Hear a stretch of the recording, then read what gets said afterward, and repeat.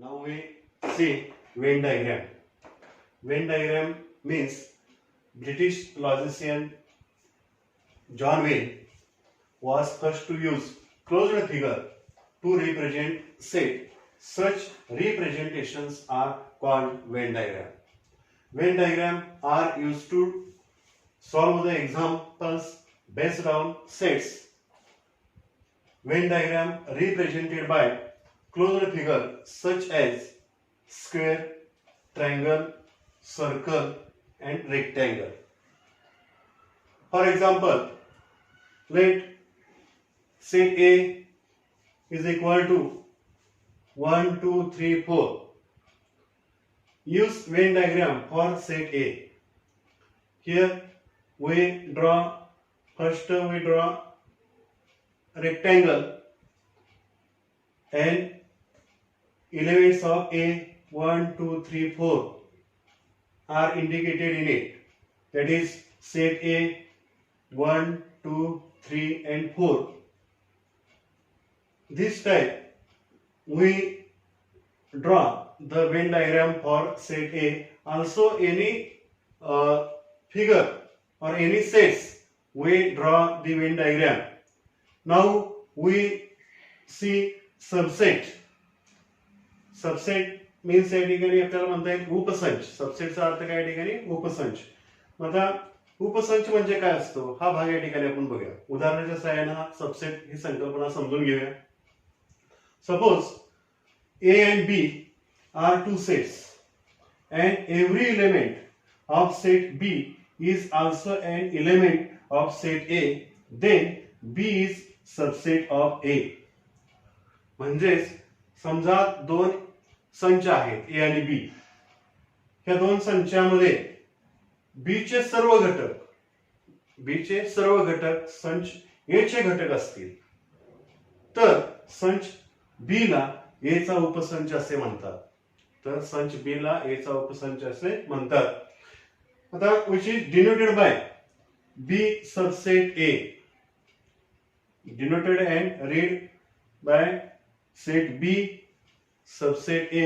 For example, A is equal to 1, 2, 3, 4, 5, 6, 7, 8 and set B is equal to 2, 4, 6, 8. In these two sets, the elements are common. That is 2, 4, 6, 8. The element of B,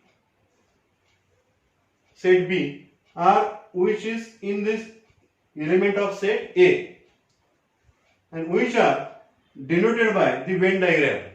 Here set A 1, 3, 5, 7 and set B 2, 4, 6, 8. That means 2, 4, 6, 8, 2, 4, 6, 8 and set A 1, 3, 5, 7, 2, 4, 6, 8. Set B, the element of set B which are in the set A, that is B subset A. B subset A. Now we study properties of subset. First property, every set is subset of itself. प्रत्येक संच हा स्वतःचा उपसंच असतो. That is A subset A. Second, empty set is subset of every set. म्हणजे रिक्त संच हा कोणत्याही संचाचा उपसंच असतो. That is empty set phi subset A.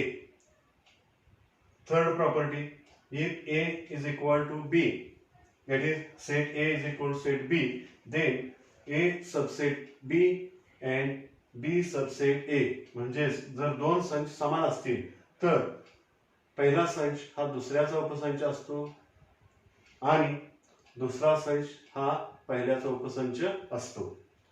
Fourth property, if A subset B and B subset A, then set A is equal to set B. म्हणजेच जर A हा B चा उपसंच असेल आणि B हा A चा उपसंच असेल तर दोन्ही संच हे समान असतात. या पद्धतीनं ह्या सर्व संचांची जे उपसंच आहेत, ह्या उपसंचांची जी प्रॉपर्टी आहे, गुणधर्म आहेत, हे गुणधर्म उदाहरणासाठी महत्वाचे आहेत. Now study the universal set. Universal set म्हणजेच या ठिकाणी विश्वसंच. विश्वसंच हा कॅपिटल यू या अक्षराने दर्शवतात. त्याची डेफिनेशन आपण बघूया. विश्वसंच म्हणजे काय, मराठीमध्ये सुरुवातीला बघूया की सर्व घटक, सर्व संचांचे किंवा सर्व संच ज्या संचामध्ये समाविष्ट असतात त्या एका संचाला विश्वसंच असे म्हणतात. A bigger set which will accommodate all the given sets under consideration, which is known as universal set. म्हणजे सर्व संच एका संचामध्ये समाविष्ट असतात, सामावलेले असतात, अशा संचाला, त्या सर्व संचाचा विश्वसंच असे म्हणतात. Which is denoted by capital U, and Venn diagram it is represented by rectangle. Venn diagram मध्ये वेन आकृती साहाय्याने दाखवायचा झाला तर या पद्धतीनं हा विश्वसंच इथं दाखवला जातो. For example, all students in school who play cricket. Suppose in our school all students play cricket, but few students to get team of cricket, then these sets are represented by Venn diagram.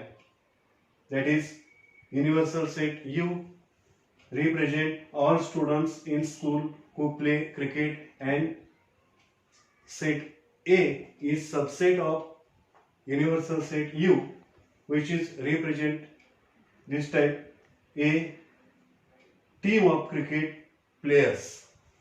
Then now study complement of set. Complement of set म्हणजे या ठिकाणी पूरक संच. पूरक संच म्हणजे काय, त्याची पहिल्यांदा व्याख्या बघूया आपण. Suppose U is an universal set. समजा U हा एक विश्वसंच आहे. If B subset U, then the set of all elements in U which are not in set B is called the complement of B. म्हणजेच विश्वसंच B हा विश्वसंचाचा उपसंच आहे आणि B चे सगळेच घटक विश्वसंचामध्ये असतील आणि उरलेले जे घटक आहेत ते B मध्ये नसतील तर त्या उरलेल्या घटकांच्या संचाला बी चा उपसंच असे म्हणतात. म्हणजेच या ठिकाणी आपल्याला तो उपसंच हा बी डॅश किंवा बी कॉम्प्लिमेंट यानं दाखवतात. It is denoted by B dash और B complement. For example, universal set 1 2 3 4 5 6 7 8 9 10 and set बी 2 4 6 8. म्हणजे या ठिकाणी एक विश्वसंच दिला आहे आणि हा दुसरा एक बी हा संच त्याचा उपसंच दिलेला आहे.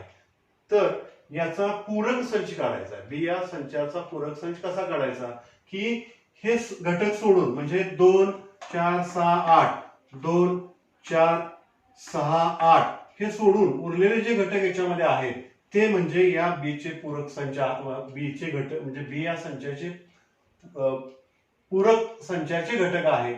म्हणजेच या ठिकाणी आपल्याला कसं दाखवता येईल तर B complement is equal to in bracket 1 3 5 7 and 9. These are the elements of B complement.